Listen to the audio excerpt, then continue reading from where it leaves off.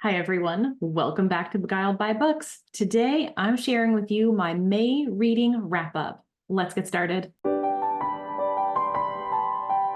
May was a busy month for me. My birthday is in May. My anniversary is a couple days after my birthday. So it was a whirlwind start to the beginning of the month, and I did not read a lot. So I really didn't think I would end up reading 18 books in the month of May. This month, the social calendar was packed with our vacation, our Mother's Day brunch, luncheons and dinners with friends. It was just a very full social calendar, and I thought maybe I'd get like 5 or 6 books read this month, and I absolutely surprised myself by knocking so many out. So again, I read 18 books, and one was a do not finish or did not finish. So there was that. But let's get started talking about these books. So technically in April, I read the book Piranesi, and this was recommended by my local bookstore, and I absolutely loved it. That was the last book I did read in April, but recorded my wrap-up video before I had a chance to read it. But Piranesi is a fantastic book. It is fantasy, little bit of sci-fi, magical realism, very different and unique book, and short and easy to get through. I really enjoyed it, and I look forward to rereading that book at some point in the future. It was really cool, so I would definitely recommend Piranesi. Then after Piranesi, with the vacation that I went on with my hubby, I got into a nonfiction mood. I read High Conflict, and that book is about how we get into these really intense feuds almost, and we lose sight of really what we're arguing about or what the difficulty is, and it just becomes an us versus them mentality. It was a fascinating book because you can see that playing out in politics and in social justice and things like that, and how people have really lost sight of what's actually happening, and it just becomes this like super big encumbered principle-based thing rather than sitting down with a person and talking about the issues between the individuals. So fascinating book for anyone who feels like you're in just like a feud or you're constantly in conflict with someone.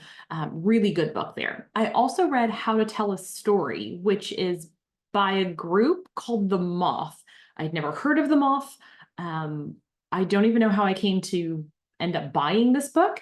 I have had it for a little while, but I tend to like books on how to tell stories and how to be a better writer and a better storyteller.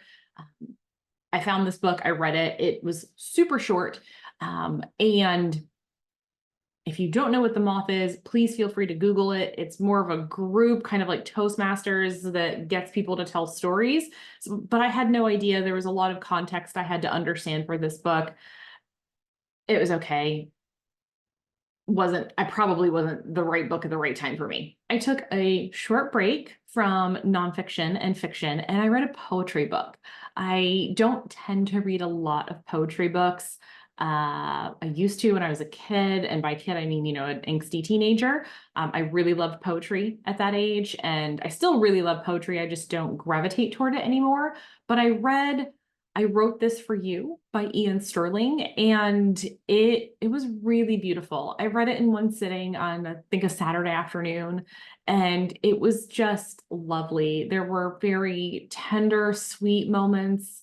There were tears. There was hope. It was a whole story told in a form of pictures and poetry. So it was a really beautiful book. I highly recommend a physical copy if it's something that you want to read, because holding that with the pictures and the weight of the book, I think really adds to the experience. And it was a really lovely poetry book. So I hope you can find that and enjoy that. I switched back over to nonfiction and read the book The Code Breaker by Walter Isaacson. Walter Isaacson, I have been aware of for a while. He's a really great biographer of people for our generation, and he profiled Jennifer Doudna, who was one of the pioneers of the CRISPR technology and kind of gene editing and things like that. But really how it evolved is the RNA piece of that component that led to the RNA vaccines that we have today that help with COVID and things like that. So it was a really interesting scientific exploration through the lens of the human experience. It was a big, meaty novel. Sorry, it was a big, meaty book. It's not a novel, with a lot of interwoven pieces and threads from different people and experiences that spanned 30 plus years. It was quite fascinating. And I read it relatively quickly for its size. And I think it's a really good book if anyone's interested in science and kind of the scientific community and what those breakthroughs can look like, and how it seems like they happen all at once, but really they're tiny little steps, decades in the making. Fascinating story. After The Codebreaker, I got a book, The Heaven and Earth Grocery Store, from my local library, and decided to read that. I had heard about it. I knew it was on Obama's, best books of 2023. So I'd been on the wait list for, I don't know, 4 or 5 months from my local library, and I finally got a copy. So I definitely wanted to read it in my window, since I knew it would be hard to get again.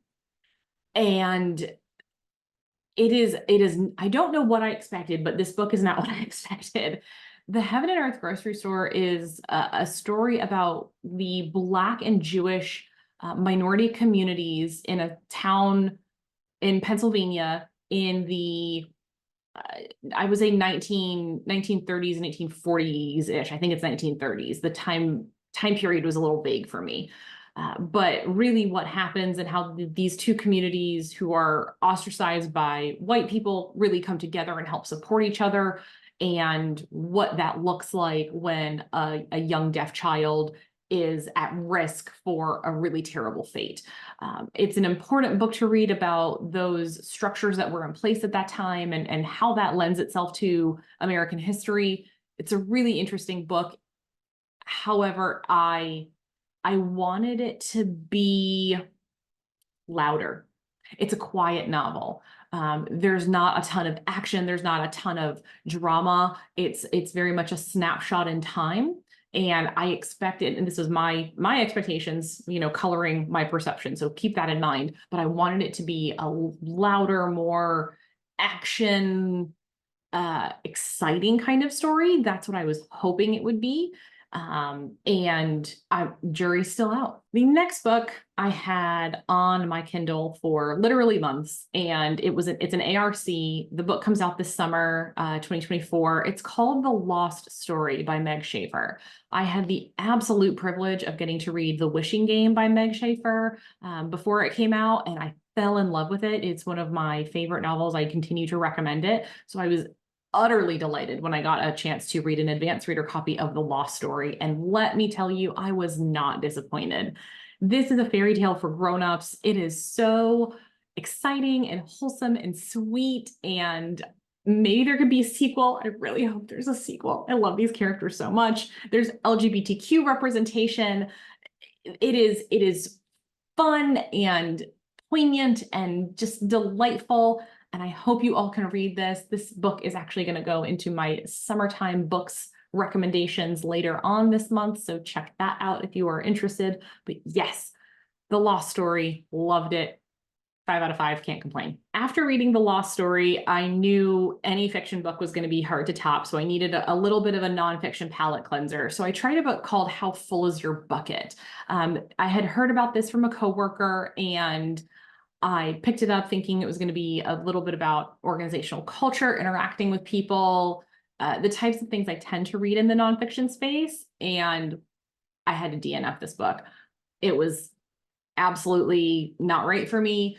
I feel it is an outdated way of looking at the world by kind of doing these personality assessments and trying to bucket people. And we know today in 2024 that you just can't bucket people into 8 or 16 neat little clumps and say, this is how you are, and these are your traits. We are also nuanced. We are also different and unique, and we have these different things that have made us who we are that are just not able to be put into a nice, clean box.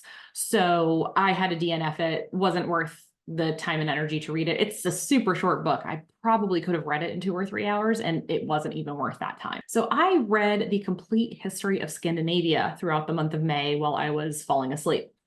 And it was a very high-level overview of the Nordic countries, Finland, Denmark, Sweden, Norway, and Iceland, kind of from ancient times through their Viking stages and then present day and what that looks like.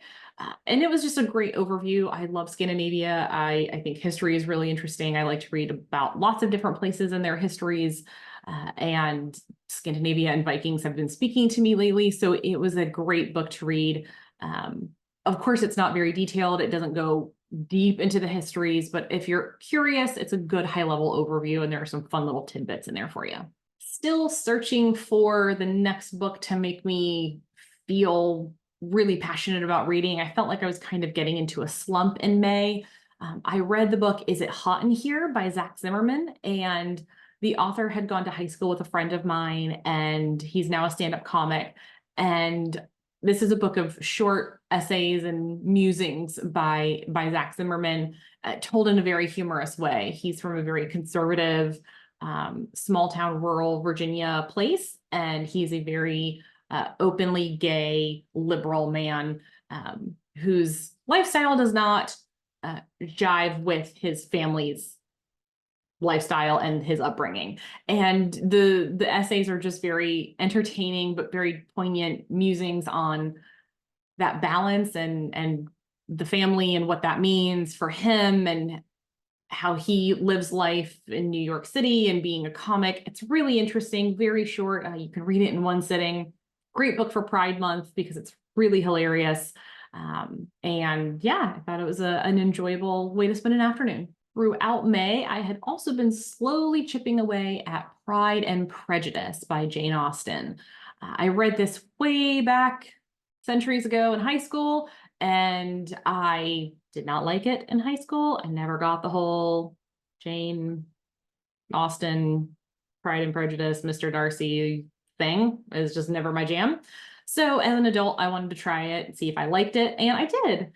It helps that I have fallen in love with the world of Bridgerton, and the Regency era is really entertaining for me to read. I felt that Pride and Prejudice made a lot more sense to me as someone in my 30s now. It was very enjoyable to read. It is much bigger than I remember. I don't know if we read an abridged version in high school, but this was a 400-page novel, so I don't know. Who knows what I read in high school, but I did enjoy it. It is a classic. I can see why it's a classic, and great novel to just revisit as an adult. And I hope I can do that with some others that I read, those classics that you have to read in high school that maybe I didn't enjoy then, but maybe I'll enjoy now. Following Pride and Prejudice, I read a very short book called The Art of Frugal Hedonism. My local bookstore had Independent Bookstore Day at the end of April, and they were doing these big bag blind bundles where you didn't really know the books you were getting. You just kind of had an overall theme. And this book was in the bag I got called the Chaos Bundle, which was a ton of different stuff across a wide variety of genres, which pretty much matches my reading style. But The Art of Frugal Hedonism is about ways you can really live life to the fullest without buying in, pun intended, to the culture of consumerism that has really overtaken the Western world. That's not a judgment on anything, but it is very true. Like, we have everything we can buy right at the touch of our fingers, and we tend to be consuming and even over consuming, and oftentimes people are living beyond their means. The Art of Frugal Hedonism, that goal is to help appreciate what you have without needing to go out and buy more. And what does that look like? And little tips and tricks. It was published in 2016.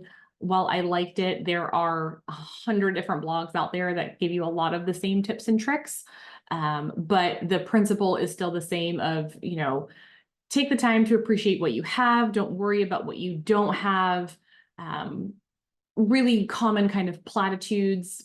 We can get into all the nuances of why that makes sense and why that doesn't make sense in 2024. But I still think it's a good mindset to go into of if your needs are met, what more do you need?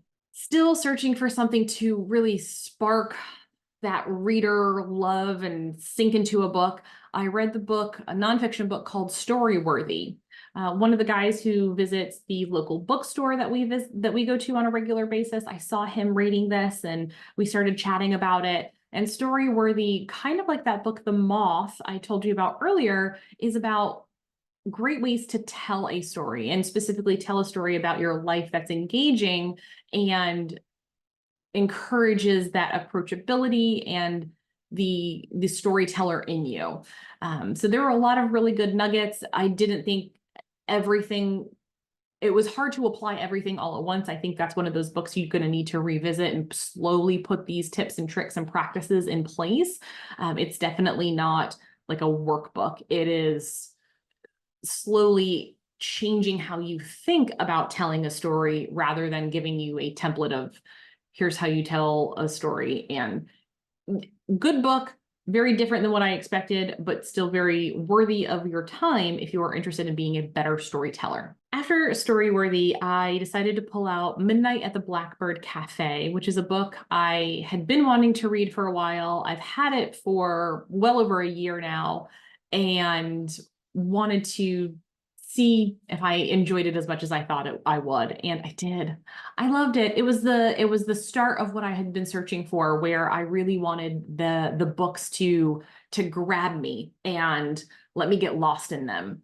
And Midnight at the Blackbird Cafe is a multi-generational story about loss and healing and grieving and kind of blossoming from the tragedies of our past and our traumas. It was just a really beautiful story and interwoven with food and small town charm and humor. And it was exactly what I wanted as we approached the end of May. And I felt myself in need of some of that healing. Ugh, so lovely and just wonderful. Following Midnight at the Blackbird Cafe, I wanted to keep that party going in terms of how I was feeling. So I grabbed a book called The Vanishing Type. This book was also in that chaos bundle I had mentioned earlier. And this is a book that I think it's fifth in a series of 7. I had not read the books, didn't know anything about the series, but it takes place in North Carolina, and I'm a sucker for any book that takes place in North Carolina.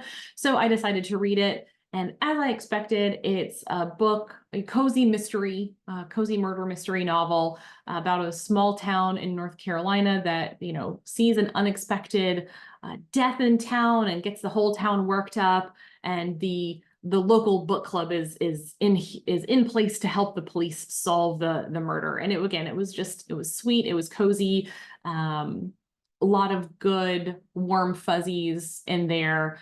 And again, I love supporting North Carolina authors as well as books that take place in North Carolina. So really fun book there. I finished May by reading the first 4 books of the Salacious Players Club series by Sarah Kate. There are 6 total, so I'll finish the last 2 here at the beginning of June. But these books were recommended to me by someone I know and love very dearly, and I had been dancing around reading them. Never felt like the right time, had other things I wanted to read more. But again, really looking for books to grab me, to get me back into that deep love of reading, because I had been feeling something. I had been feeling kind of slumpy in my reading lately, and the Salacious Players Club series is just delightful. Pure smut with a great story and wonderful to read and just kind of distract yourself from the dumpster fire of the world around us. And it was just really, really lovely. A great combination of, like I said, pure smut and romance, good storylines, good characters, relatively believable, and all good things. I really look forward to finishing out the series and seeing what other books can keep me in that wonderful world of sinking into them that I love so much. 18 books is no small feat in a single month, but a lot of them were short. I did have a DNF in there as well, but I'd really love to know, what have you read lately that has sparked that love of reading for you again or for the first time? Please drop a comment below, and as always, give this video a thumbs up if you enjoyed it, and don't forget to subscribe if you haven't already. Thanks, and have a wonderful day.